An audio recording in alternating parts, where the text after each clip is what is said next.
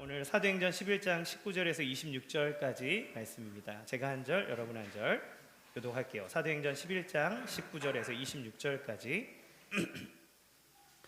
제가 먼저 읽겠습니다. 그때 스데반의 일로 일어난 환난으로 말미암아 흩어진 자들이 베니게와 구브로와 안디옥까지 이르러 유대인에게만 말씀을 전하는데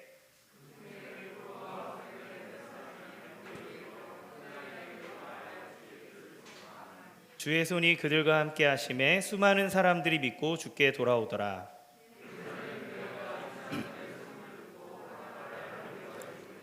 그가 이르러 하나님의 은혜를 보고 기뻐하여 모든 사람에게 굳건한 마음으로 주와 함께 머물러 있으라 권하니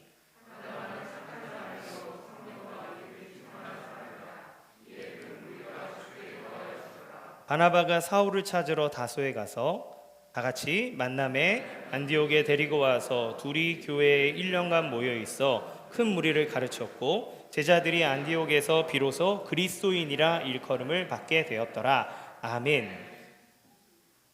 요즘 신앙생활하는 데 있어서 되게 중요한 화두는 교회입니다. 교회. 왜냐하면 신앙인들은 저마다 좋은 교회, 건강한 교회를 찾기 위해서 애를 쓰고 있어요. 이사를 많이 다니고 뭐 신도시가 생기면 아니면 지역에 따라 가게 되는데 그러면 저에게도 전화가 많이 옵니다. 뭐 그 지역에 좀 건강한 교회를 알려달라. 이게 가슴 아픈 말이죠. 아무 교회나 들어가면 다 건강하고 다 좋아야 하는데 건강하고 복음적인 교회를 찾아야 하는 시대가 되었고요. 또 한편에서는 교회에 실망해서 교회를 떠나는 젊은 사람들이 엄청나게 많아지고 있는 것도 현실입니다. 정말 많은 사람들이 교회를 빠져나가고 있어요. 그러니까 교회가 어떤 곳이냐에 따라 우리의 신앙이 아주 중요하게 요동치는 것들을 보게 되죠. 그러나 교회는 건물이 아니라 그리스도인의 모임이라고 하는 것을 우리가 생각해 볼 때 그 교회가 어떤 부지에 얼마나 큰 교회이냐, 어떤 유락시설을 갖고 있냐, 아니면 어떤 프로그램을 갖고 있느냐가 아니라 그 안에 있는 구성원이 교회이기 때문에 그 구성원들이 어떤 모습과 어떠한 공동체를 이루고 있는지가 사람들이 교회를 평가하는 아주 중요한 요소라고 하는 것을 우리는 생각해 볼 수 있습니다. 한 예화가 있는데요. 교회에 대해서 실망한 청년이 많은 사람들로부터 존경받는 목사님을 찾아왔어요. 목사님 찾아가서 하소연합니다. 목사님, 저 신앙생활 제대로 하고 싶어요. 그런데 제가 다니는 교회마다 문제가 너무너무 많습니다. 완전한 교회를 하나 소개시켜 주십시오. 이렇게 얘기를 했습니다. 그러니까 목사님이 그에게 뭐라고 얘기했냐면 알았네, 나도 한번 찾아보겠네. 자네가 신앙적으로 잘 성장했으면 좋겠구만. 그렇지만 자네도 열심히 찾아서 내게 그 교회가 있다면 알려줬으면 좋겠어. 나도 그 교회를 나가고 싶네. 그렇지만 자네는 오지 말게. 네가 오는 순간 그 교회는 완전하지 않으니까 오지 말라고 얘기합니다. 무슨 얘기입니까? 그러니까 교회, 좋은 교회라고 하는 것은 어떤 이상적인 완전한 교회를 이야기하는 게 아니라 한 사람 한 사람의 영령과 거룩함이 거의 극에 달해서 모든 예수님급의 사람들만 있는 교회를 얘기하는 것이 아니라 그 안에 어떠한 조화를 이루고 있는지가 중요하다는 거죠.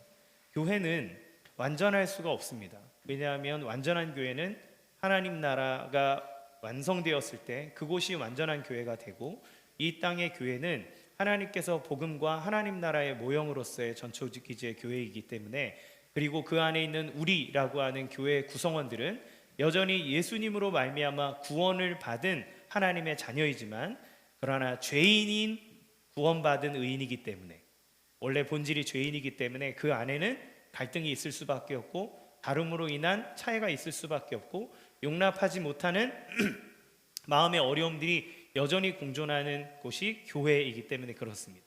그러나 그 불완전함이 교회를 더 아름답게 하고 교회에 어떻게 하나님의 역사가 나타나는지를 보여주는 거죠.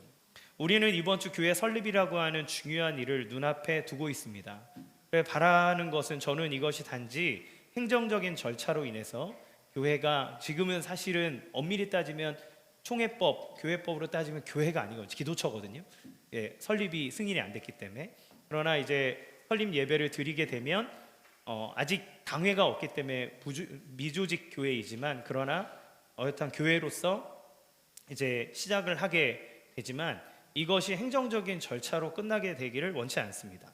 그래서 오늘 이 안디옥 교회라고 하는 곳을 통해서 우리가 어떤 교회를 이루어 가야 되고, 또 하나님께서 어떤 교회를 원하시는지를 함께 알아보기 원하고, 그 교회가 그런 하나님이 원하시는 교회가 된다는 건 그 안에 있는 성도들이 그렇게 돼야 되는 것이고, 그 교회를 통해서 성도를 세워가시는 것이기 때문에 이것을 알아보는 것은 매우 의미가 있는 일이라 하겠습니다.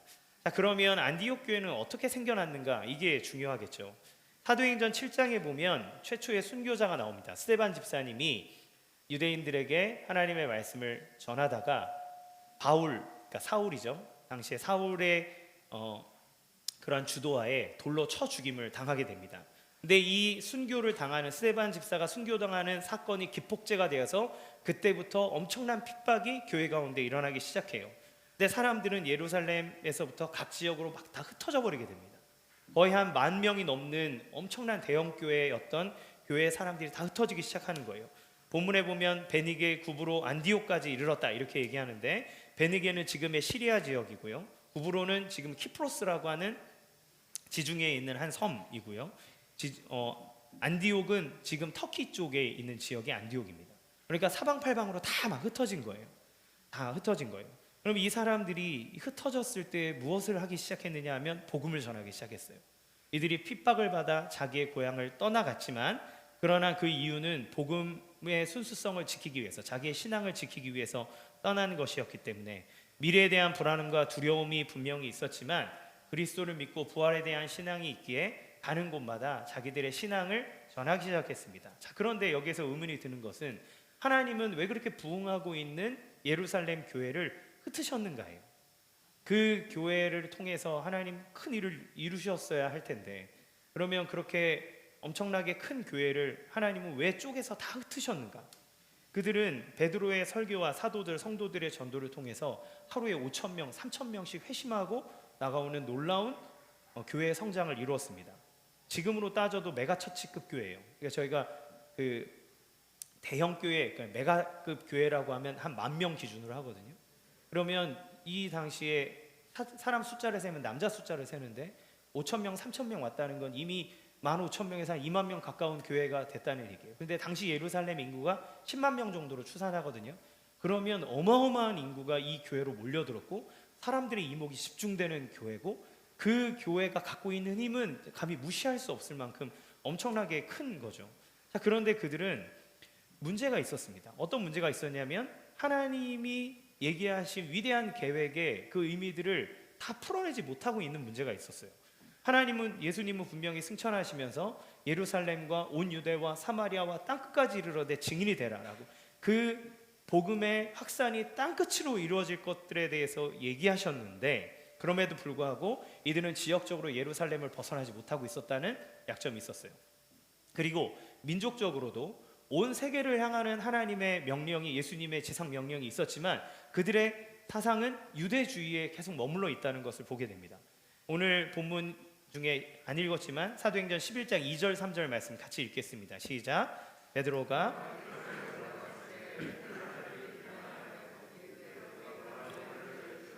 함께 먹었다. 무슨 말이냐면, 베드로가 할례받지 않은 이방 사람들이랑 뭘 먹었는데 그걸 가지고 유대인들이 딴지를 건 겁니다. 어떻게 할례받지 않은 이방인들이랑 같이 겸상을 할 수 있냐 얘기하는 거죠. 무슨 얘기입니까? 그들이 여전히 유대주의에 사로잡혀 있다는 거예요. 하나님에게 선택받은 선민으로서 자기의 지위만 주장할 뿐, 마치 요나가 하나님의 명령을 반대하고 다메섹으로 도망간 것처럼 하나님이 이들에게 땅끝까지, 그것은 온 민족을 향한 하나님의 명령이 주어졌음에도 불구하고 그들은 그 지역을 벗어나지 않았고, 그리고 그들의 생각이 유대주의 안에 계속 머물러 있다는 것을 보여주는 거죠. 하지만 하나님께서는 흩어져 있는 이 유대인들을 통해서 사인을 계속 보내주십니다. 내가 원하는 건 유대인 하나만이 아니라 온 세계를 위함이다 라고 하는 사인을 주시는 거죠. 흩어진 그리스도인들이 복음을 전할 때 먼저 빌립 집사님이 사마리아에 가서 복음을 전했습니다. 사마리아인들은 유대인들이 걔보다 더 더럽게 취급하는 사람이에요. 원래 유대인이었지만 아수르 사람들, 또 이방 사람들이랑 피가 섞여서 나온 혼혈족이 사마리아 사람이었기 때문에 유대의 순수 혈통주의를 주장하는 유대인들은 이 사마리아 사람을 이방인보다 더 더럽게 취급했습니다. 그런데 사마리아에 갔는데 사마리아에 있는 사람들이 복음을 받아들이기 시작했어요. 그리고 에티오피아 내시가를 광야에서 만났는데 그가 이사야서 말씀을 읽고 있을 때 그에게 가서 그것을 예수 그리스도의 복음으로 풀어주고 예수를 전했을 때 그가 그 자리에서 예수를 영접하고 세례를 받는 것들을 보게 됩니다. 그리고 사도행전 10장에는 어떤 일이 일어납니까? 로마 사람, 그러니까 로마 군인, 이 이스라엘을 침범하고 짓밟았던 이 군인 출신인 백부장 고넬료에게 베드로가 하나님께서 주시는 환상을 통해서 인도함을 받아 그에게 갑니다. 그리고 그에게 복음을 전했더니 성령이 그 자리에 임하게 되는 것들을 목도해요. 성령이 임하는데 내가 너희에게 세례를 주지 않을 이유가 없다라고 하면서 그들에게 세례를 주고 복음을 전하는 일들이 나옵니다. 무슨 얘기입니까? 하나님은 유대인을 넘어서 모든 민족에게 복음이 증거되기를 원하고 그렇게 되고 있다는 것을 가시적으로 계속해서 보여주고 계심에도 불구하고 유대인들은 그들의 하나님의 역사가 어떻게 일어나는지를 생각하지 않고 자신이 갖고 있는 편견, 자기 갖고 있는 사고 속에 갇혀서 무할례자와 먹었다고 비난하고 있는 거예요. 더 이상 하나님이 주신 명령에 대해서 생각하지 않고 여전히 자기가 갖고 있는 생각 안에 갇혀 있는 것을 보게 됩니다. 여러분, 사람이 갖고 있는 편견은 끝까지 하나님의 뜻을 방해해요. 종교개혁을 일으켰던 루터가 종교개혁을 갑자기 일어나서 일으킨 거라고 생각하죠. 루터가 어쩔 수 없이 한 겁니다.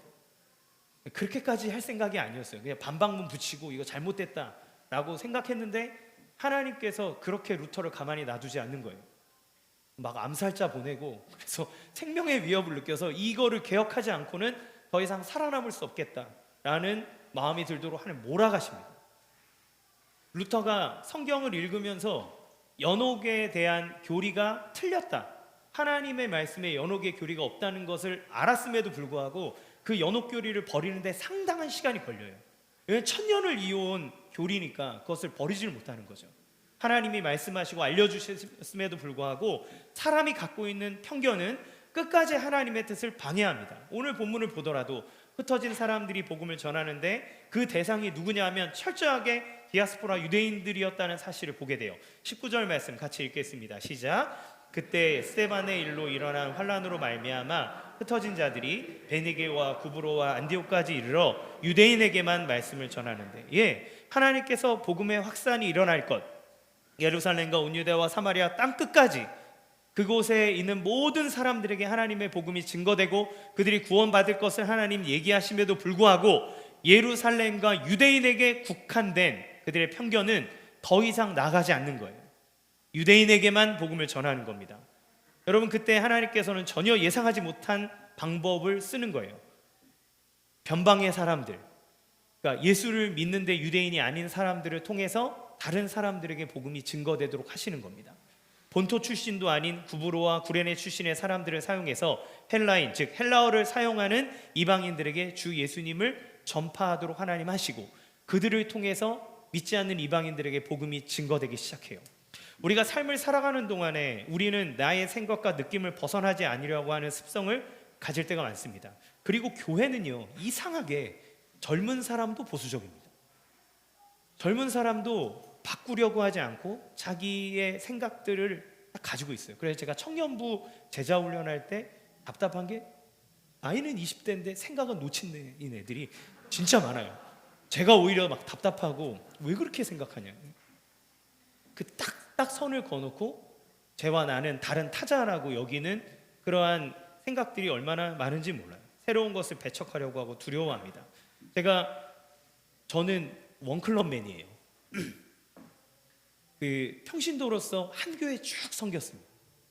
그리고 사역자로 딱 왔을 때 더사랑의 교회, 수지사랑의 교회부터 더사랑의 교회까지 한 교회만 부교육자로 쭉 섬겼습니다. 그리고 이제 담임 목사로 더 이음 사랑의 교회 계속 섬기기 원합니다. 그런데 원클럽맨이다 보니까 그곳을 떠나지 않고 한 교회를 섬기는 건 너무 중요한 일이에요. 그건 좋은 일입니다. 그런데 그게 너무 좋다 보니까 제 생각이 그 밖으로 나가지 않았다는 것을 저는 알게 됐어요. 제가 선교단체에 이제 들어가서 대학 때 선교단체에 들어갔을 때 놀랐습니다. 어떻게 민족을 끌어안고 울면서 기도할 수 있지? 나는 우리 교회가 좋고 우리 교회 사람들이 좋고 거기에서 교제하는 게 좋고 거기에서 은혜 받는 게 좋았지만 한 번도 열방을 품으면서 울어보지 못했어요. 북한을 위해서 왜 울지? 왜 그렇게 막 자기 사비 털어서 나가서 선교를 하지? 저 성경고사 1등 출신입니다. 네, 나름 되게 엘리트 코스를 받아온 신앙 좋은 청년이었지만 제 편견과 제 생각은 딱 그 교회 안에 머물러 있는 거죠. 근데 하나님께서 선교단체를 통해서 단기 선교도 가고 또 한 1년 동안 해외 나가서 여러 캠퍼스 개척하는 사역도 하고 하면서 느낀 것은 하나님이 이루시는 일들은 내 생각과 내가 보고 있는 바운더리를 훨씬 넘어서 놀랍게 역사하고 있고, 하나님이 보고 계시는 곳은 구석구석에 있는 모든 사람들이구나. 하나님이 이루시는 일들이 너무너무나 다양하고 많은데 나는 너무 작은 곳에서 여기가 좋사오니 하고 머물러 있었구나. 내 생각이 그 하나님의 뜻을 따라가지 못하고 있었구나 라고 하는 회개를 하게 됐어요. 그것뿐이겠습니까? 우리가 하나님 앞에서 꿈을 꾼다고 원대한 비전과 하나님 앞에 비전을 갖게 해달라고 얘기하지만 결국 그 안에 들어가는 것은 내가 어떤 대학을 가지, 취직하지, 먹고 살지, 이것을 가지고 하나님의 비전을 품게 해달라고 기도하는 경우가 많습니다. 하나님은 우리라고 하는 그 한 사람을 통해서 이루고자 하는 원대한 꿈과 비전이 있는데 우리는 여전히 자기의 바운더리에 갇혀서 나가지 못하고 있는 거죠. 거기를 나가면 죽을까 봐, 거기가 나가면 하나님의 뜻에 반하게 될까 봐 감히 나가지 못하는 겁니다. 여러분의 삶의 방향은 어디로 향해 있나요? 자, 우리는 이런 모습들을 생각해 볼 필요가 있어요. 그때 유대주의적 관점을 벗어나 새로운 복음의 길을 열었을 때 주의 손은 그들과 함께 하셨고 수많은 사람들이 믿고 주님께 돌아오는 일들이 생겨나기 시작했다는 겁니다. 그들의 자기의 편견, 민족적인 바운더리를 뛰어넘어서 나갔을 때, 혹시 여러분 삶 가운데 하나님 주시는 비전과 마음들이 있는데 두려워하고 계십니까? 나는 그저 여기가 좋사오니 라고 하는 이 자기의 생각 안에 갇혀있는 신앙이 있으십니까? 주님을 향해서 마음을 여십시오. 하나님이 여러분을 통해서 이루고자 하시는 원대한 꿈과 비전이 있다는 것을 발견하게 될 것입니다. 이렇게 태어나게 된 게 뭐냐면 안디옥 교회인 거예요. 안디옥 교회는 하나님의 뜻에 따라 사람의 편견을 깨고 생겨난 교회가 안디옥 교회입니다. 그래서 후에 안디옥 교회는 이방인들에게 선교하는 선교 센터로서의 역할을 감당하고 중추적인 교회로 하나님 사용해요. 왜 그랬을까요? 그것이 열린 교회였기 때문에 그렇습니다. 사람들에게 다 열려있는 교회예요. 이것을 통해서 우리는 사도들의 능력이 뛰어나서도 아니고, 그리고 그들의 어떤 위대함이 교회를 이끌어온 게 아니라 하나님께서 친히 당신의 교회를 세워가고 있다는 것을 보게 돼요. 우리 교회가 세워졌을 때는 하나님께서 하나님의 이 작은 일의 시작을 통해서 하나님이 이루고자 하는 원대한 꿈과 비전이 있다는 겁니다. 그러면 우리가 가져야 할 것은 무엇입니까?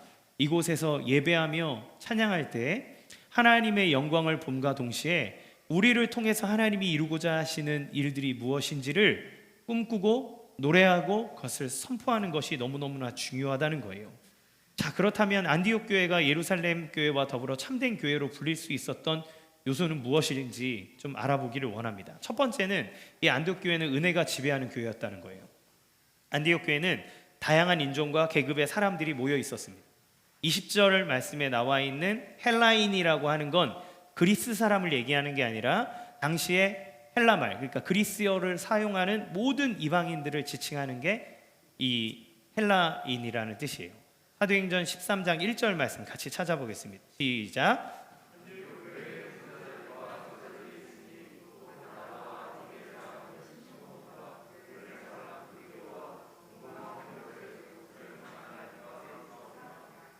예, 즉 여기에 보니까 귀족, 이방인, 흑인 다양한 사람들이 이 안에 있었다고 얘기하죠. 그런데 그런 사람들이 하나가 되어 모여 있는 것이 안디옥 교회입니다. 이게 어떻게 가능했을까요? 그거는 은혜가 안디옥 교회를 지배하고 있었기 때문에 그래요. 은혜가 지배했다는 말은 개인의 변화가 있었다는 말입니다. 그러면 개인의 변화는 어떻게 일어나나요? 개인의 변화는 복음을 받아들임으로 일어납니다. 복음을 받아들였다는 말은 무엇인가요? 용서받을 수 없는 죄인이 나고 그 용서받을 수 없는 사람을 위해서 하나님이 이 땅에 오셨고 그 용서받을 수 없는 사람을 위해 당신의 생명을 기꺼이 십자가의 제물로 바치사 나를 구원하셨다는 것을 의미합니다. 그것을 받아들이고 그것을 자기의 은혜로 깨달은 사람은 반드시 그 사람의 삶의 변화가 나타나겠죠. 그리고 그 개인의 변화로 말미암아 나타나는 공동체성이 있었다는 거예요. 내가 죄인임을 알기에 혈통으로 아니면 출신으로 가문으로 사람을 평가하지 않습니다. 그 모두가 하나님 안에서 같은 사람이고 그 모두가 하나님 안에서 같은 은혜를 받은 사람이라는 고백이 있을 뿐이에요. 성경 전체에는 서로에 대한 명령이 많습니다.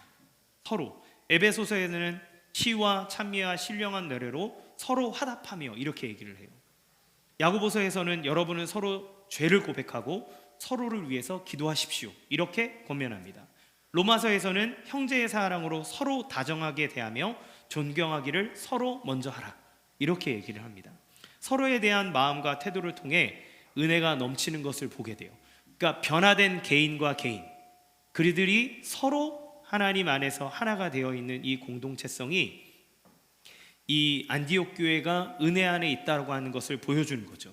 오늘날은 외로움의 시대를 살아가고 있습니다. 소셜 미디어를 통해서 세상의 모든 사람들과 다 연결될 수 있는 세상이에요. 저도 지금 영국에서 만났던 친구, 캐나다에서 만났던 친구, 이런 사람들과 지금도 기도 제목 주고받고 사진도 주고받고 있었던 일들 이야기 나누면서 영상 통화도 하고 합니다. 사고 나서 아프다 그러면 영상 통화로 해서 축복기도 해주고 치유도 해주고 합니다. 어디에 있든 다 연결될 수 있는 세상이에요. 그런데 이 시대의 사람들은 다 외로워합니다. 다 연결될 수 있지만 누구와 소통하고 얘기할 수 있지만 그럼에도 불구하고 내 속에 있는 마음을 이야기할 사람도 없는 외로움이 있습니다. 부부가 결혼했는데 서로가 서로에게 속마음을 이야기하지 못하는 것이 지금의 세대입니다. 가족이 있는데 가장은 언제나 외롭습니다. 퇴직하고 돌아왔더니 엄마와 아이는 무언가 자기들끼리의 문화가 형성되어 있는데 아빠는 돌아왔을 때 아무것도 나눌 것이 없는 이러한 상황 속에서 우리 가족이 있지만 외로움이 있는 게 중년 남성들의 특징이라 그래요. 그래서 한 미국에 있는 목사님이 미국에 있었던 그런 뉴스들, 잡지들의 헤드라인들을 뽑아 왔는데 이런 내용들이 대부분입니다. 죄송한데 여기 계속 하우링이 나네요. 이렇게 돼 있대요. 의료계는 이제 외로움을 전염병이라고 말한다 이렇게 얘기하고, 또 어떤 신문에서는 젊은이가 노인보다 외로움을 더 많이 느낀다 이렇게 얘기하고, 또 어떤 곳에서는 중년 남성이 직면한 가장 큰 위협은 흡연이나 비만이 아닌 외로움이다. 가슴이 그렇죠. 외로움이 건강에 미치는 놀라운 영향, 뭐 이런 것처럼 외로움에 대한 이야기를 너무 많이 합니다.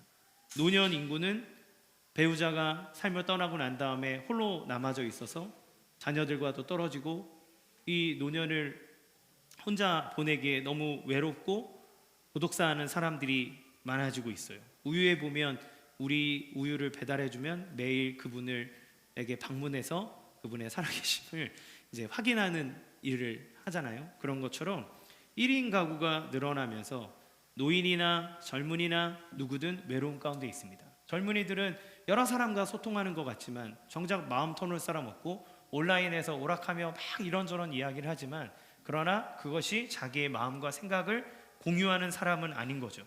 그 외로운 거예요. 그런데 이렇게 외로운 시대에 교회가 줄 수 있는 유익은 무엇인가요? 이 시대의 교회는 가족을 경험하게 해줄 수 있는 중요한 매개체입니다. 교회 안에서는 형제 자매라는 표현을 써요. 왜요? 그리스도의 사랑으로 한 가족이 되었기 때문에 그렇습니다. 그래서 어떤 목사님은 교회의 재발견이라고 하는 이야기를 통해서 교회는 단지 마음의 위로를 얻는 안식처가 아니라 반드시 필요한 집이다 이렇게 얘기를 했어요. 그러니까 집이에요. 서로를 돌봐주는 따뜻함. 그것이 교회가 이 시대에 보여주는 은혜의 방편인 거죠. 우리 교회에 나타나는 감사의 제목이 무엇이냐면 저는 이 따뜻함이라고 생각이 듭니다. 우리 교회에 와서 저사랑의 교회에 있을 때도 이렇게 큰 교회가 참 살아 움직일 수 있었던 것은 다락방이라고 하는 작은 공동체를 통해서 서로를 챙겨주고 서로를 위해 기도해주는 아름다운 모습이 있었는데, 이제는 저희가 교회 자체가 거의 카톡방 하나로 다 운영할 수 있잖아요. 그런데 그 안에서 아픈 사람이 있으면, 아니면 어떤 일이 있으면, 그런 일이 있을 때마다 기도 제목을 올리고 사정을 올리고 이야기하면 많은 성도들이 그것에 대해서 반응합니다. 카톡에 이름을 올리지 못하더라도 기도합니다. 그들을 위해서 신경을 써줍니다. 먹을 것을 갖다 줍니다. 괜찮냐고 물어봐 줍니다. 여러분, 작기 때문에 가능하다고 생각하나요? 아니요. 작기 때문에 더 싸우는 교회 많습니다. 작기 때문에 서로의 허물이 더 잘 보이고, 작기 때문에 갈등되는 것들이 너무너무 잘 보여서 다투고 싸우고 깨지는 교회들이 얼마나 많은지 몰라요. 그런데 우리 교회 가운데 하나님께서 주시는 너무 감사한 열매들이 무엇이냐면, 성도님들께서 서로를 향해 가지고 있는 사랑의 열매들이 보여진다는 거예요. 외롭기보다 그 외로운 사람을 향해서 손을 뻗어주고 그들을 향해서 하나님의 마음을 보여주는 거죠. 오늘날가 사도행전 이렇게 따뜻함이 있는 교회, 그곳은 은혜가 흘러가는 교회고, 은혜가 넘치는 교회 안에서는 하나님의 그 사랑의 역사가 나타난다는 겁니다. 자, 그 증거를 누가 봤을까요? 사도행전 11장 22절에서 23절 말씀 같이 보겠습니다. 시작. 예루살렘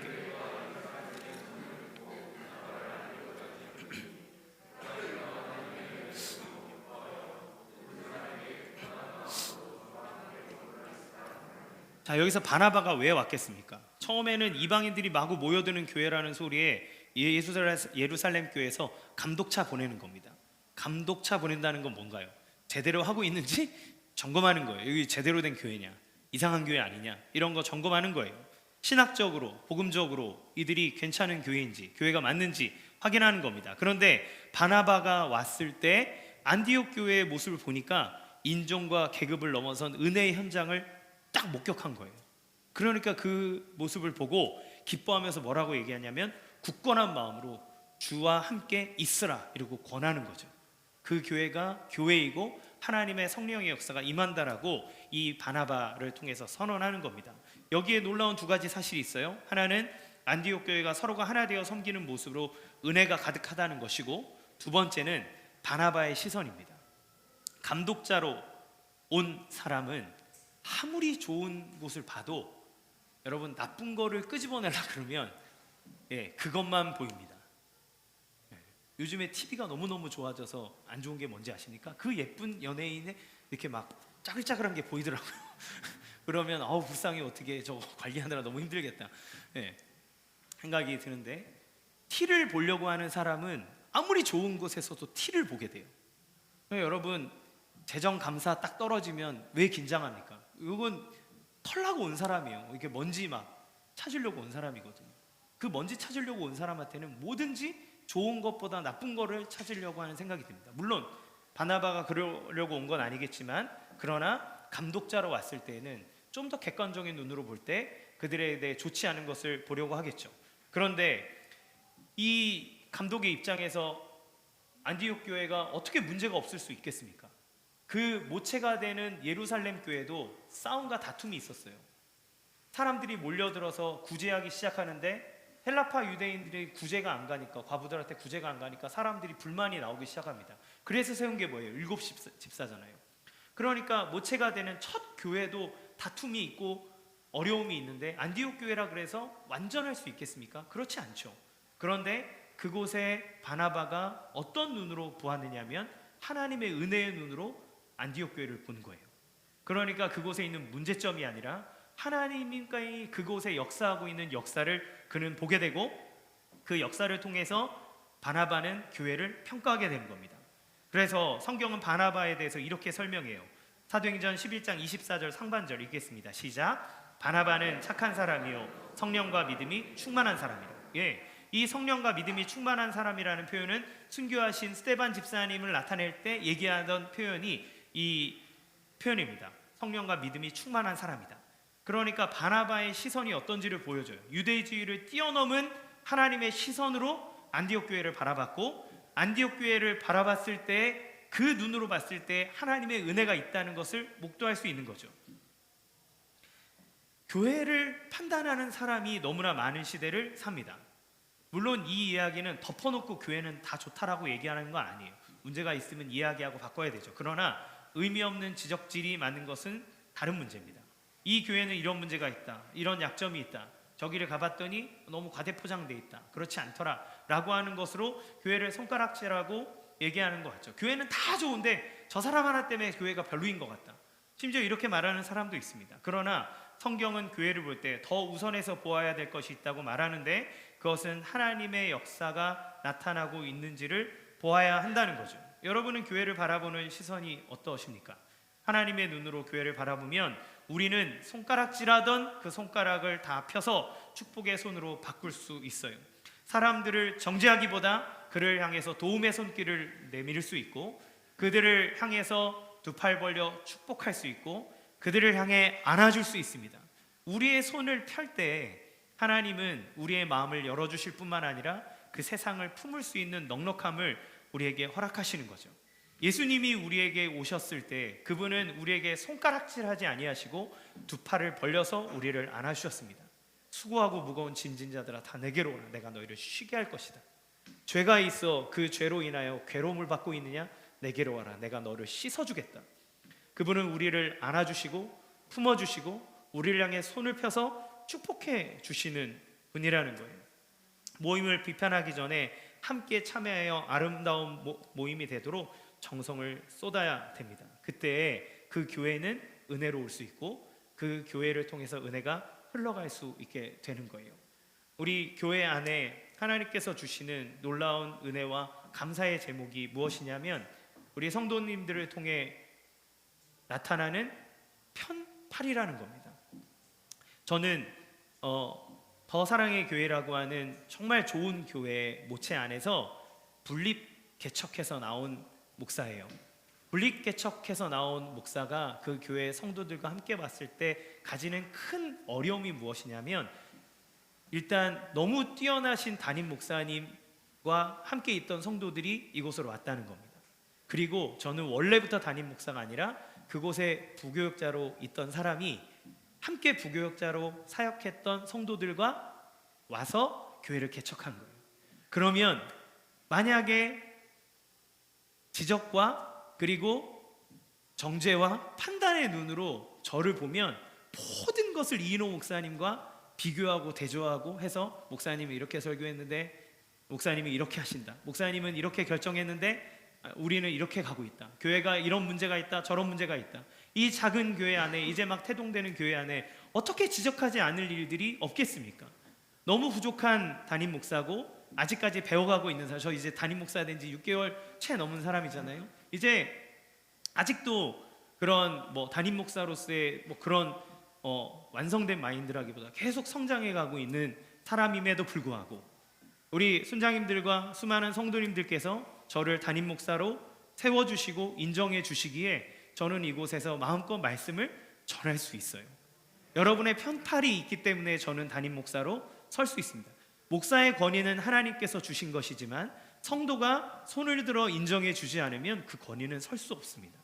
그런데 우리 교회 안에 하나님께서 지금까지 둘러오면서 주셨던 큰 은혜는 너무 부족하고, 원래 계셨던 그 이노 목사님은 정말 많은 것들을 이루신 분이지 않습니까? 그런데 그 밑에서 함께 나온 연약한 담임 목사를 여러분이 두 팔 벌려 세워주고, 우리 목사님의 말씀을 들어야 하면서 제 말씀을, 제가 전하는 하나님의 말씀을 하나님의 말씀으로 받아주시고 그 말씀을 마음에 품고 그것을 지키며 살아가도록 애써주시는 것은 여러분의 손이 손가락을 향하지 아니하고 편팔이 있기 때문에 교회가 은혜로 흘러가고 있다는 너무 중요한 증거라는 생각이 들었어요.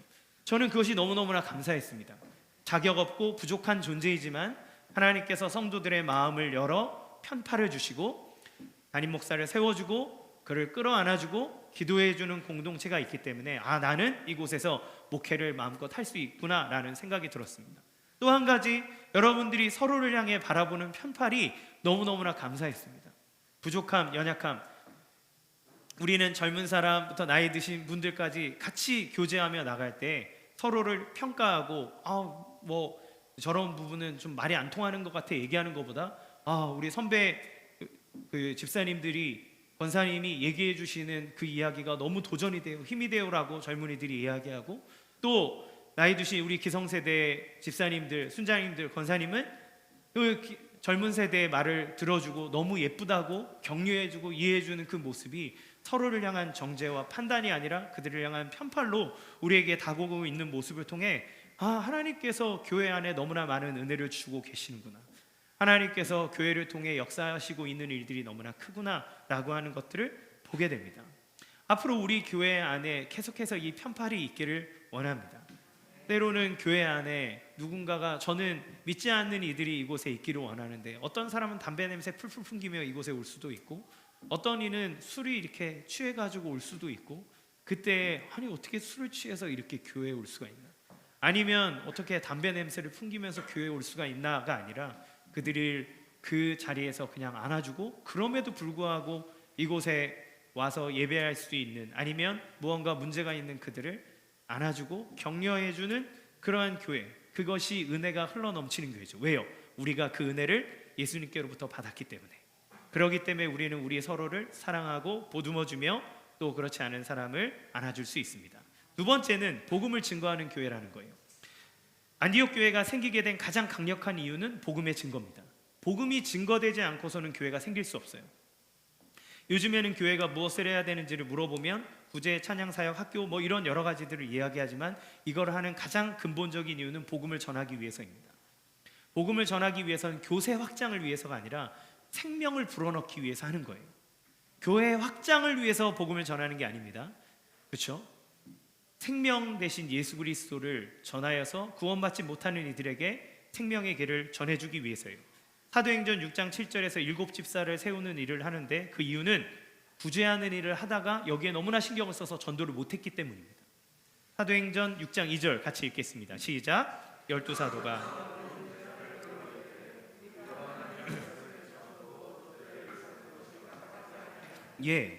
교회는 성령을 받은 120명의 사람들로부터 시작이 됐는데, 그리스도의 말씀대로 복음을 전하여 생긴 것이 교회고, 그들이 복음을 가르치고 전함으로 교회는 더 든든하게 세워져 갑니다.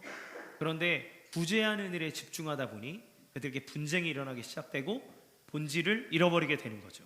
리고렌 목사님은 그의 말씀에서 그리스도인, 즉 교회가 이 땅에 있을 때 해야 될 절대적인 두 가지 일이 있다고 얘기했어요. 첫 번째는 뭐냐면 예배입니다. 그렇죠? 예배는 첫 번째예요. 교회가 해야 될 제일 첫 번째 일은 예배입니다. 예배는 생명과 같은 거예요. 하나님과 공식적인 만남이 이루어지는 시간이기 때문에 그렇습니다. 하나님은 공예배를 통해서 우리와 만나겠다 얘기하셨고, 우리의 마음을 위로하며 당신의 뜻을 전하겠다고 얘기하셨습니다. 그러므로 공예배는 그저 일주일에 한 번 해도 되고 말아도 되는 것이 아니라 반드시 지켜야 하는 생명과 같은 거예요. 그리고 이 예배는 영원한 겁니다. 우리가 하나님 나라 가면 뭐 할까요? 예배합니다. 영원토록 예배하는 거예요. 그러면 어떤 분들이 얘기해요. 너무 예배만 하면 지겨운 거 아닌가요? 얘기하는데 그거는 몰라서 하는 소리입니다. 여러분, BTS 콘서트 실황 보셨습니까? 몇 시간 동안 하는데요, 그 젊은 사람들, 아미들이죠, 예배합니다. 계속 손 들고 막 손이 떨어지질 않아요. 눈물을 흘리고 막, 오빠들이 추는 그 춤 사이 하나에 막 어쩔 줄 몰라 합니다. 그러면 마지막 곡인데요, 앵콜 막 이거예요. 안 끝났으면 좋겠는 거예요. 하나님 나라에 가서 드리는 예배는, 우리는 지금 완전한 하나님의 영광을 다 보지 못하지만 그곳에서 하나님이 보여주시는 그 영광에 계속해서 반응해서 하나님을 찬양하지 않을 수 없고 가만히 있을 수 없는 그 놀라운 영광의 상태, 그것이 예배하는 거죠. 우리는 영원토록 하나님을 예배하는 겁니다. 그것이 하나님 나라에 이루어지는 일이에요. 두 번째 교회가 해야 될 일은 뭐냐면 전도입니다. 복음 전파죠. 반드시 해야 되는 것 두 가지. 두 번째 복음 전도예요. 그런데 이 복음 전파의 사명은 예배와 다른 중요성이 한 가지 있는데, 그것은 무엇이냐면 예배는 영원하지만 전도는 시한부라는 겁니다. 하나님 나라 가면 전도할 일이 없어요. 왜요? 다 믿고 있으니까. 다 하나님의 자녀만 모여 있으니까. 그러면 전도는 어디서만 할 수 있습니까? 이 땅에서만 할 수 있는 거예요. 이거는 유한합니다. 시한부입니다. 시한부라고 하는 이유는 또 한 가지, 개인의 삶이 시한부기 때문에 그래요.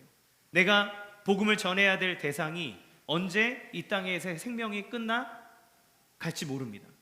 영원히 존재하고 있는 것이 아니기 때문에 우리는 그들을 위해서 정해진 시간이 있다라고 하는 생각을 가지고 끊임없이 복음을 전해야 된다는 거예요. 내가 복음을 전하려고 계획했는데 그 사람이 이 땅에 있지 않으면 우리는 그 일을 할 수 없기 때문에 그렇습니다. 그러니까 이제 살 날이 얼마 남지 않은 노부모님을 모시고 있는, 믿지 않는 부모님을 모시고 있는 성도님들이 가슴 졸이는 이유가 뭡니까? 빨리 이분이 예수를 믿어야 하는데, 그런데 시간이 얼마 남지 않는 것 같고, 그러나 그분뿐만 아니라 모든 사람의 삶은 언제 어떻게 끝날지 모르는 것이기 때문에 복음은 항상 급박합니다. 그리고 그 자리에서 반드시 이루어져야 하는 거죠. 더 나아가 존 파이퍼 목사님은 전도에 대해서 이렇게 얘기했어요. 전도는, 선교는 예배의 대상을 모르는 사람들에게 참된 예배의 대상을 알려주는 것이다. 전도는 예배와 연결되어 있는 거죠.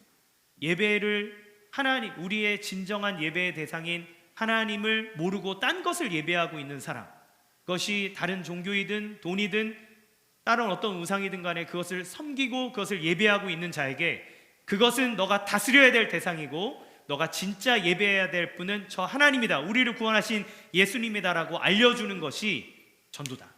그러니까 전도와 예배는 연결되어져 있습니다. 예배하는 자는 복음을 전해야 하고 복음을 전하는 자는 반드시 예배의 대상을 알려줘야 되기 때문에 예배해야 하는 거죠. 제가 인상 깊게 봤던 스킷 드라마가 있는데 되게 단순합니다. It's Me라고 하는 드라마인데요, 사람들이 막 몇십 명이 둥둥둥둥둥 하면 가면을 끼고 막 나옵니다. 나와서 줄을 딱 맞춰 서서 다 같이 부르십니다. It's me! 그래요. 그 다음에 막 싸워요. 막 이렇게 싸우고 있는데 한 명이 딱 나타나서 가면을 탁 벗은 다음에 It's him! 그럽니다. 그리고 가서 막 싸우고 있는 사람 한 명을 딱 데리고 와요. 그리고 그 사람이 It's me! It's me! 이러고 있으면 No! It's him! 그러면 정신이 바짝 들면서 하늘을 딱 봅니다. 가면을 딱 벗습니다. 다 같이 It's him! 그래요. 그리고 또 막 달려가서 막 세상에 싸우고 있는 사람들을 데리고 옵니다. 그리고 그 사람에게 It's him! 그러면 그들이 가면을 벗고 It's him! 갑니다. 이게 뭔가요?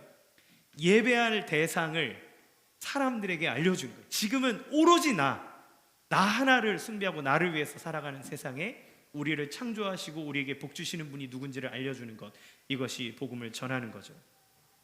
중요한 것은 이 첫 번째 표지로 안디옥 교회가 은혜의 지배를 받았다고 하는데 그들이 하나님의 능력을 어떻게 경험했는지, 은혜를 누렸는지 하는 것이 바로 이 복음 전파에 있다는 것입니다. 사도행전 11장 21절 말씀 같이 읽겠습니다. 시작. 주의 손이 그들과 함께 하심에 수많은 사람들이 믿고 죽게 돌아오고. 무슨 얘기입니까? 그들이 은혜로 가득했는데 그 은혜가 증폭되고 은혜를 누리는 중요한 방법 중에 하나는 뭐냐면 수많은 사람들에게 복음을 증거했고 복음의 열매로 사람들이 왔다는 거예요. 여러분, 하나님의 은혜와 역사를 언제 가장 많이 경험할 수 있는지 아십니까? 그거는 복음을 전파하는 자리에 있습니다. 복음을 증거하는 자리에는 하나님의 능력이 나타나요. 하나님의 능력이 나타난다는 건 우리의 생각과 상상을 초월하는 능력을 얘기합니다. 제가 아는 한 형님이 이제 저와 같이 보수신앙, 개혁신학을 하셨고 총신에서, 그렇지만 그분은 또 이제 예수전도단 YM에서 해요. YM은 이렇게 좌우로 나누면 저희 보수는 완전 우고 YM은 약간 좌쪽에 이제 약간 조금 더 자유로운 분위기가 있습니다. 그래서 거기는 은사, 막 방언 얘기하고 막 병나는 거 이런 거 막 얘기를 해요. 저희는 주로 말씀 이런 걸 얘기하죠. 그런데 이분이 이 두 가지를 다 하고 있어요. 그래서 한 목사님이 이분에게 물어봤습니다. 목사님, 당신은 보수 신학을 했고 그런데 사역은 그 YM에서 예수전도단에서 하는데 이게 충돌하지 않나요? 그런 하나님이 행하시는 이적과 기사에 대해서 당신은 신학적으로 어떻게 대답할 수 있겠습니까? 이렇게 물어봤을 때 그 형님이 뭐라고 얘기하셨냐면 복음을 전하는 선교의 현장이기 때문에 가능합니다. 이렇게 얘기했어요. 저는 그 말에 전적으로 동의합니다. 하나님은 하나님의 말씀과 생명이 증거되기 위해서 하나님의 능력을 보여주세요. 성경에 나와 있는 수많은 이적들은 왜 일어나는지 아십니까? 그건 하나님의 나라를 보여주기 위해서예요. 하나님의 나라를 알지 못하는 사람들에게 하나님의 나라가 임하면 어떤 일들이 일어나는지를 가시적으로 보여주기 위해서 하나님 그곳에 기적을 베풀어 주십니다. 단지 병낫게 하기 위해서 오신 게 아니라 그 영원하신 하나님의 나라를 보게 하기 위해서 보여주는 거예요. 그래서 저는요 진짜로 선교지에서 목발 짚고 하다 목발 던지고 나가는 사람도 봤고, 진짜 막 이가 이게 미쳐요. 이게 도저히 설명이 안 되는 일들이 일어나요. 근데 이게 왜 여기에서는 일어날까라는 수많은 고민 속에 딱 한 가지, 하나님은 당신의 복음이 증거되어지는 곳에 하나님의 역사를 베풀어 주시는 거예요. 사도행전은 왜 그렇게 놀라운 일들이 일어납니까? 복음의 현장이기 때문에 그래요. 여러분, 여러분의 삶에 하나님의 은혜를 누리기 원하십니까? 여러분, 교회 안에서 우리가 함께 공동체를 누리며 나가는 것은 그 자체로 우리에게 큰 기쁨과 은혜를 줄 수 있지만, 그러나 그것을 지속시키는 능력은 그 은혜가 밖으로 흘러나갈 때 가능합니다. 그래서 하나님의 사랑이 증거되어져서 믿지 않는 영혼들이 구원되어질 때 하나님은 우리가 상상하지 못하는 놀라운 일들을 보게 해주세요. 단기 선교나 또 거지 전도나 이런 곳에 가서 복음을 전할 때 아마 이곳에 계신 분들 중에 수많은 간증의 경험들이 분명히 있으실 겁니다. 생각하지 못했던 하나님의 역사, 길을 열어주심, 사람을 만나는 것, 이러한 것들이 우리 가운데 일어나는 거죠.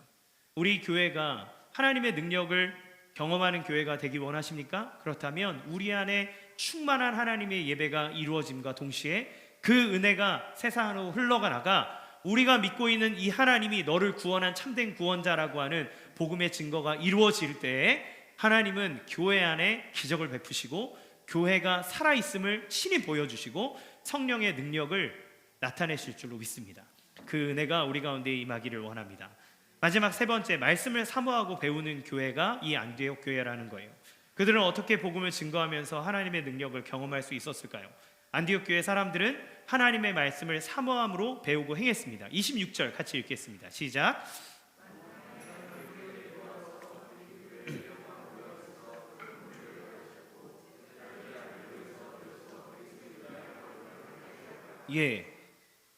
바울과 바나바가 그곳에 가서 1년간 모여 있어서 큰 무리를 가르쳤고, 그리고 제자들이 안디옥에서 비로소 그리스도인이라 일컬음을 받았다, 이렇게 얘기를 해요. 바나바와 사울이 안디옥에서 1년을 가르쳤습니다. 은혜가 있는 사람들에게 무엇을 가르쳤겠습니까? 그 예수 그리스도의 도, 우리를 구원하신 그 예수 그리스도의 참된 복음이 무엇인지를 알려주는 거예요. 그리고 사람들은 그 배운 예수님에 대한 것을 사람들에게 더 많이 알리기 시작한 겁니다. 그들은 말씀의 사모함을 가졌어요. 최선을 다해 배웠습니다. 순종할 줄 알았고 자신들의 삶과 행동으로 그리스도를 나타냈어요. 사도행전 13장에 보면 성령께서 바나바와 사울을 선교사로 파송하도록 할 때 이 안디옥 교회는 자신들의 이익을 생각하지 않고 그들을 향해 기꺼이 선교하고 그들을 파송합니다. 그들이 하나님을 향한 마음이 어떤지를 알 수 있는 거죠. 이때 어떤 일이 일어납니까? 그들이 하나님의 말씀을 배우고 바나바와 사울에 의해서 예수님의 제자가 되었을 때, 그때에 비로소 그리스도인이라고 하는 칭호가 생기게 돼요. 이때 최초의 그리스도인이라는 말이 생깁니다. 그전엔 그리스도인이라는 말이 없어요. 여기에서부터 생겨납니다. 이 그리스도인이라고 하는 정체성, 그러니까 예수가 그 안에 있는 사람, 이 사람을 보면 예수가 보이는 거예요. 이 사람을 보면 예수쟁이라는 게 딱 드러나요. 이게 안디옥 교회 사람들이 말씀을 배우고 배운 말씀에 따라 그들의 삶을 살아나갈 때 세상 사람들이 안디옥 교회 사람을 보고 그리스도인이다, 이렇게 얘기한 겁니다. 여러분, 우리 교회는 제자 훈련을 하는 교회입니다. 제자 훈련을 왜 할까요? 제자 훈련을 오해하면 제자 훈련을 해서 교회의 순장을 세우기 위해서 한다고 생각합니다. 그거는 일부분일 뿐이에요. 제자 훈련을 하는 이유는 그들이 한 사람 한 사람이 예수 그리스도의 참된 제자가 되어 그들이 있는 모든 곳에서 예수 그리스도의 냄새를 풍기라고, 그리스도인으로 살으라고, 그리스도인으로 그의 직장과 그의 가정과 그의 이웃과 삶 가운데 예수 그리스도의 향기를 계속 풍기라고, 그리스도인이 되도록 하기 위해 제자 훈련을 하는 겁니다. 근데 우리가 자칫 잘못하면 제자 훈련 받고 교회에서 순장하는 것으로 땡 치려고 하는 경우들이 많고, 수많은 목사님들도 교회에 어떤 소그룹을 관리하는 관리자를 세우기 위해서 제자 훈련하시는 분들이 많이 있는데, 아니요, 그거는 하나의 일부분, 교회를 건강하게 하기 위한 평신도 지도자를 세우는 것은 맞지만, 그러나 더 궁극적인 것은 그들이 예수 그리스도의 제자가 되어 그들의 사업장에서, 직장에서, 학교에서, 이웃과의 관계에서 그리스도인으로 살아가도록 하기 위함입니다. 여기에 그리스도인이라고 하는 얘기는 우리나라로 얘기하면 예수쟁이에요. 예수쟁이. 그러니까 사실 좋은 뉘앙스는 아닙니다. 그런데 분명한 건 뭐냐면 그들을 보면 예수가 보이는 거예요. 예수로 살고 예수로 죽고 예수가 그들의 인생의 중심이 됐다는 걸 보여줍니다. 여러분, 그런데 지금의 교회의 문제는 무엇입니까? 예수쟁이로 불리지 않고요, 개독교로 불린다는 게 문제예요. 옛날에 예수쟁이로 불렸던 이유는 우리의 토속적인 어떤 샤머니즘 그리고 제사문화 이런 것들과 맞지 않는 신앙 때문에 예수쟁이를 손가락질하고 욕했다면, 지금은 교회가 갖고 있는 부도덕함이 예수쟁이가 아니라 개독교라고 하는 말로 바뀐다는 거예요. 그건 다른 문제예요. 우리는 복음을 전하며 핍박을 당할 수도 있고 사람들에게 배척당할 수도 있지만, 그러나 우리가 베드로 전서를 통해서 얘기했듯 우리의 착한 행실이 그들 가운데 빛으로 드러나도록 해서 예수쟁이가 되기를 원합니다. 사람들이, 여러분이 가는 곳마다 사람들에게 예수쟁이, 저 사람은 예수쟁이다, 정말 너는 정말 봤더니 예수쟁이다, 네 안에는 예수가 보인다, 난 그렇게 사는 거 싫은데 근데 넌 예수다, 넌. 이렇게 평가를 듣길 원합니다. 그거를 위해서 우리는 성경 공부를 하고 제자 훈련을 하는 거예요. 저는 여러분이 모두 다 제자 훈련을 받기를 원합니다. 왜냐하면 제자 훈련의 수료생을 많이 만들어서 교회에 관리하기 좋은 사람을 만들기 위함이 아니라 여러분이 여러분의 삶의 터전 안에서 예수님의 제자로 살기 원하기 때문에 그래요. 우리는 이 안디옥 교회에 나타난 참된 교회의 세 가지 표지를 보았습니다. 첫 번째는 은혜고, 두 번째는 복음의 전파고, 세 번째는 하나님의 말씀을 배우는 거예요. 근데 이것을 보면 다 연결되어져 있습니다. 하나님의 은혜를 사모하고 가득할 때 그것은 세상으로 흘러나가 그리스도의 복음을 증거하게 되고, 그리스도의 복음을 증거하는 사람들은 그리스도의 복음을 더 알기 원하여서 그리스도의 말씀을 배우고 더 성장하는 자세에 들어가고, 그리스도의 말씀을 배우는 사람은 은혜 안에 거하게 되고, 은혜 안에 거하는 사람은 복음을 또 증거하게 되기 때문에 그렇습니다. 저는 이 부분 안에서 우리 교회가 여기까지 오며 또 감사하는 한 가지 제목이 있는데, 그것은 무엇이냐면 여러분들이 하나님의 말씀을 알기 원하고 배우기 원하고 반응하기 원하는 마음들을 보았기 때문입니다. 여러분이 말씀을 들을 때 아멘으로 받는 것이 보여지고, 그것을 마음을 다해 다락방과 및 훈련의 자리에서 나누고 생각하고 어떻게 적용할지를 고민하는 모습들, 여러분이 받은 그 은혜의 사랑을, 그러니까 했다 못했다의 영역이 아니라 그것을 지키기 위해서 가슴 아파하고 고민하고 질문하고 끝없이 사람들과 이야기하는 모습들이 우리 교회 안에 있다는 거예요. 얼마나 감사한지 모릅니다. 말씀을 들어도 피리를 불어도 춤추지 않는 것이 이 세대의 모습인데, 여러분들 안에 하나님의 말씀을 알기 원하고 훈련되기 원하고 그 말씀에 반응하기 원하는 모습은 하나님께서 우리 교회를 통해서 이 세상 가운데 하기 원하는 분명한 뜻이 있다는 것을 보여줍니다. 그러기에 우리 교회는 하나님 안에서 너무나 큰 교회입니다. 하나님의 은혜가 있고 하나님의 복음을 전하기 원하는 열망이 있고, 그리고 하나님의 말씀을 배우고 실천하고자 하는 열망이 있는 교회이기에 우리 교회는 그리스도 안에서 너무나 크고 아름답고 위대한 교회일 수 있습니다. 우리 아까 말씀드렸듯 저는 지금 이제 교회 설립을 바라보면서 지금까지 돌아왔던 개척의 과정들을 쭉 둘러봤을 때 하나님 앞에 너무너무나 감사한 것들이 많은 것 같아요. 아까 얘기했던 저를 향해 담임 목사로 세워주는 따뜻함, 하나님의 말씀 그대로 받아들이려고 하는 말씀에 대한 열림, 훈련에 대한 사모함과 그것을 위해서 여러분의 시간과 열정과 재정을 쏟아붓는 마음들, 다락방 안에서 서로가 서로를 사랑하고 순장님들은 순원들을 위해서 한없이 섬기고 그들을 위해 보듬어 주려고 하는 마음, 순원들은 순장님을 사랑하고 그 사랑에 반응해서 더 섬기려고 하는 모습들, 편팔, 안아주려고 하는 마음, 손을 모으는 기도의 마음들, 이 모든 것들이 교회가 개척해서 여기까지 오며 우리 안에 있기에 하나님께서 교회를 행복하게 하고 아름답게 세워가게 하시는 것 같습니다. 물론 여전히 많은 문제들도 있고 해결해야 될 것들도 있고 또 우리는 계속해서 풀어야 될 모든 문제들이 있습니다. 그러나 하나님은 이 참된 교회를 통해서 더 온전하게 하실 것을 기대하게 되고, 하나님은 그 참된 교회를 통해서 하나님께서 주시는 그 은혜를 그 교회 구성원 안에 있는 한 사람 한 사람에게 축복으로 내려주실 줄로 믿습니다. 그래서 저는 이 설립을 앞두고 우리 교회가 이 은혜 안에서 굳건하게 섬으로 하나님의 역사를 나타내고, 앞으로도 그 연약한 자들을 보듬으며 하나님의 은혜를 나타내고, 그 안에 있는 모든 사람들이 하나님의 모든 충만함을 누리는 교회로 세워져 가기를 주님의 이름으로 기대하고 축복합니다. 이 시간 같이 함께 찬양하겠습니다. 이런 교회 되게 하소서라고 하는 찬양인데요.